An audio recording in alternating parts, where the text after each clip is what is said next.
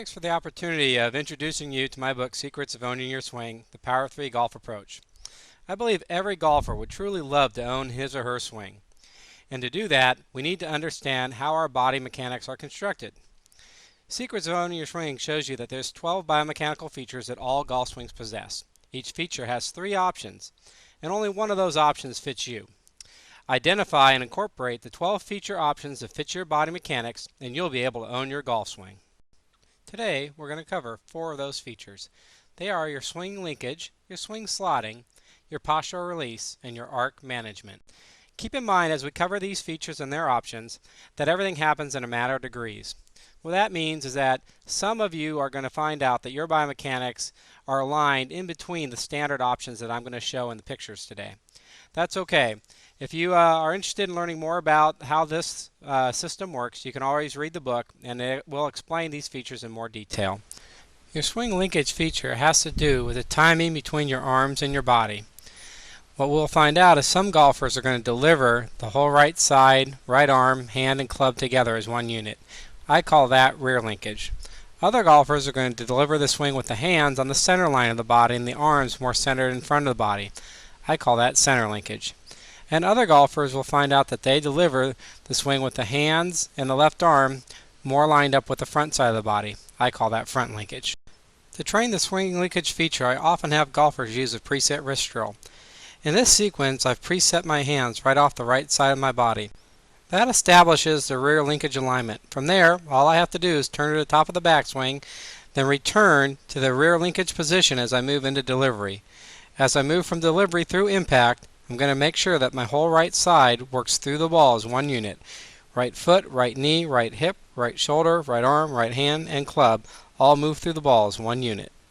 This option is the conventional marry the right arm to the right side of the body for delivery, used by great players like Byron Nelson. I have center linkage golfers preset their hands right in front of their stomach. From there they rotate to the top of the backswing, then during the downswing they're going to return their hands in front of their stomach. As they rotate through the ball, the hands stay out in front of the stomach, ensuring that they have a center linkage delivery action. Some of you may recall Tiger Woods talking about needing his hips to wait for his arms to get back down in front of his body during the downswing. That's precisely the action that center linkage golfers feel, and that worked for Tiger Woods because he owns center linkage biomechanics. When his hips fire forward and his arms line up with the right side of his body, that's when Tiger talks about getting stuck. So for him, even being rear linkage will ensure that he gets stuck in the golf swing. I have front linkage golfers preset their wrists so their left arm and hands are lined up with the left leg at address. From there they turn to the top of the backswing, then during the downswing they're going to get their arms and hands to move all the way back in front lined up with the left side before they deliver the swing through impact. These golfers often report the feeling of needing to wait with their hips as their arms start down in the downswing. Another tendency we see of some front linkage golfers is that they forward press their hands to trigger the swing. It's almost as if they're mimicking the fact that they're a front linkage golfer right as they initiate the golf swing. The next feature I want to talk about is your swing slotting feature. It has to do with the pattern in your downstroke. What you're going to find is some golfers are going to deliver the swing back on the initial plane that the shaft was at address. I call that hip plane slotting. Other golfers are going to deliver it down a plane that's in the torso plane slot. That means that the shaft is pointed more through the middle of the torso as the club goes through impact. And then other golfers will deliver it on the shoulder plane. That means that the shaft of the club will be pointed more up through the shoulder girdle as the club moves through impact. As you view this hip plane slotting pattern, notice how the swing is set in the hip plane slot and the takeaway is completed in the hip plane slot. From there, the right arm folds to the top of the backswing. Then during the transition, the arms, hands, and club down slot back into the hip plane slot so the club can be delivered completely along the hip plane slot. For these golfers, we're going to notice at impact that the shaft is returned to where it was at address. The main difference being that the weight is shifted to the front foot and the body is turned towards the target. Torso plane slotters deliver the club so that the shaft is pointed more up through the torso through impact. Mo Norman actually set up at address so the club was along that line. The picture to the right is similar to what Mo Norman did. I believe in the future we'll see a lot more torso plane golfers setting up at address much like Mo Norman did. As the torso plane slotter initiates the takeaway and sets the club, He does so in the torso plane slot. Then the right arm folds to the top of the backstroke. During the transition, the torso plane slotter performs what I call a cross-slotting action to position the club back in the torso plane slot. From there, it can move into delivery and through impact, ensuring that the club is delivered along the torso plane slot. In this sequence, I'm showing a direct shoulder plane slotting action where the golfer sets the club in the shoulder plane slot as he moves up to the top of the backswing. Once the top of the backswing is achieved, the golfer will transition back down the shoulder plane slot through impact, ensuring that the club is delivered along the shoulder plane slot. Here we can see the alignment of the club shaft at address compared to the conventional address position. However, I believe that like the torso plane slotters, in the future we'll see a lot more shoulder plane slotters addressing the club with the shaft already in the shoulder plane slot. One last note. Keep in mind that although I described swing slotting in terms of the backstroke and the downstroke, swing slotting truly is a downstroke action. Your swing track is what gets the club to the top of the backswing, and your swing slot is what brings it down through impact. The next feature I want to talk about is your postural release feature. This has to do with releasing all your postural angles up to your finish. There are 3 postural release options. I call them the rotate in, the post up, and the stand up. What we're going to find out is that your postural release action needs to match your lever delivery action. Those 2 actions synchronize together to make sure that the delivery action is as efficient as possible. In this sequence, we can view the rotate in option.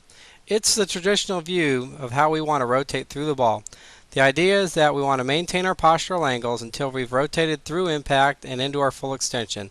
Then once we've achieved the full extension, we can release our postural angles all the way up to the finish. What we'll find out is that this works great for under golfers that use the extending delivery action. That allows us to stay in posture until we've reached a full extension at chest high in the through stroke. Side-on golfers with a cornering delivery, however, will extend more downward than the under golfer does. Therefore, they need to make room for that type of extension. What they do is make sure that they're posting up on their front leg as they extend through the ball. Then as the swing moves through the full extension, the upper body moves up and out to ensure that it counterbalances the extension action, and that ensures that there'll be a full extension. Though a lot of people are criticized for performing this action, we do see great players that use it. For example, both Tiger Woods and Annika Sorenstam, who are side-on golfers, have employed this postural release very effectively in their careers. On-top golfers that begin their delivery action when the left arm is parallel to the ground in a downswing will have even more of a vertically downward extending action. Therefore, they need to even get up sooner. They will employ what we call the stand-up postural release action. By standing up sooner, these golfers make plenty of room for a delivery action that's extending more vertically downward. We see this type of postural release action in great players like Rocco Mediate and Peter Lonard. Here we can see a student of mine who's an on-top golfer using this postural release action to make plenty of room for his delivery action. It satisfies the principle that I call synchronizing your verticals. Every golfer swings in 3-dimensional space, and that means that vertical actions are part of the process of swinging. What we'll see with under golfers, they inherently have vertical actions, but they perform more horizontal actions than their delivery action. That's why they can stay in posture longer. As the side-on golfer extends more down and out, they need to make room for that extension. Therefore, they use the post-up postural release action to help synchronize the verticals. Keep in mind, it's the cornering lever delivery action that's producing the downward verticals, and it's the post-up postural release action that's creating the upward verticals. When those 2 actions are synchronized, the club will bottom out right in front of the ball, ensuring that there's a ball-first contact. The same synchronizing the verticals process holds true for the on-top golfer using a covering delivery action synchronized with a stand-up postural release action. The covering delivery action is the downward verticals, and the stand-up postural release action are the upward verticals. When those 2 actions are synchronized, it ensures that the club will contact the ball first, then the ground. The last feature is what I call your arc management feature. It mainly has to do with the rhythm of your stroke. But related to that, it also determines when and how your stroke creates width. The traditional view of managing the arc of your stroke is to have a nice wide takeaway with lots of width to the top of the backstroke. Then during the downstroke, we return with the hands closer to the body with a much narrower arc. We've seen this employed by great players like Jack Nicklaus and Davis Love III. It also is very effective for golfers that use an underswing path. I call this version the wide narrow arc management option. Another version is the deep to deep arc management option. These golfers seem to have the same amount of width going back as they do coming down. We also notice that these golfers tend to create their greatest width when their stroke is moving in the depth direction. Additionally, we find out that this works great for side-on golfers. We also see this option being employed by golfers and instructors that advocate employing a more one-plane swing model. The last version is what I call the narrow-wide arc management option. If you've studied Jim Hardy's one-plane, two-plane theory, you'll realize that when he talks about two-plane swings, he advocates a lot of two-plane golfers utilize this arc management pattern. We see it in players like Tom Watson. It appears as if the arms are going up closer to the body than they are coming down. During the transition, the golfer creates his greatest width, and then he delivers the club through the ball. If you're interested in studying these topics in more detail, you can visit my website, www.newhorizonsgolf.com, and there you'll be able to find a link to purchase this book from the Author House online bookstore.